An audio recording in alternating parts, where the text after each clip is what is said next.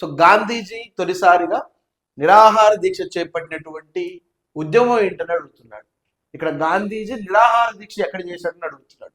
In which moment did Mahatma Gandhi undertake a hunger strike for the first time? ఓకేనా.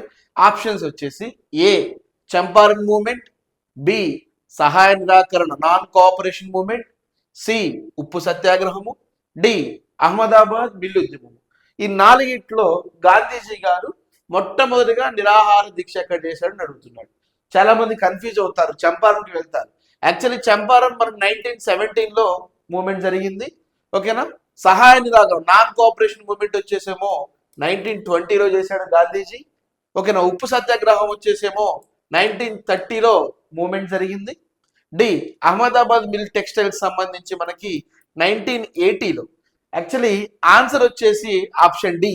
ఎందుకు sir అంటే అహ్మదాబాద్ మిల్లో 1919లో textile కార్మికుల కోసము, ఎవరు కార్మికులండి? టెక్స్టైల్ కార్మికుల కోసము బోనస్ కోసం, దేనికోసము?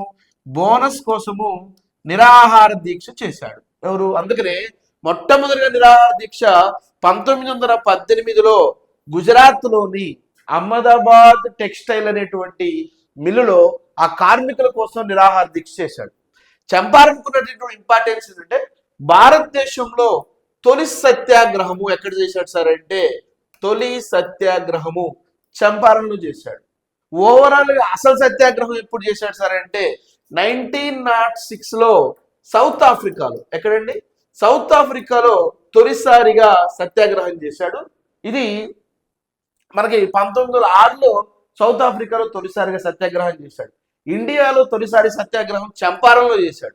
బట్ ఇక్కడ క్వశ్చన్ మనకి నిరాహార దీక్ష ఎక్కడ చేశాడు అని అడిగాడు కాబట్టి తొలిసారిగా నిరాహార దీక్ష 1918లో మనకి అహ్మదాబాద్ మిల్లు ఉద్యమంలో గాంధీజీ గారు మొట్టమొదటిసారిగా నిరాహార దీక్ష చేశాడు. ఓకేనా. సో చాలా చాలా ఇంపార్టెంట్. All the best.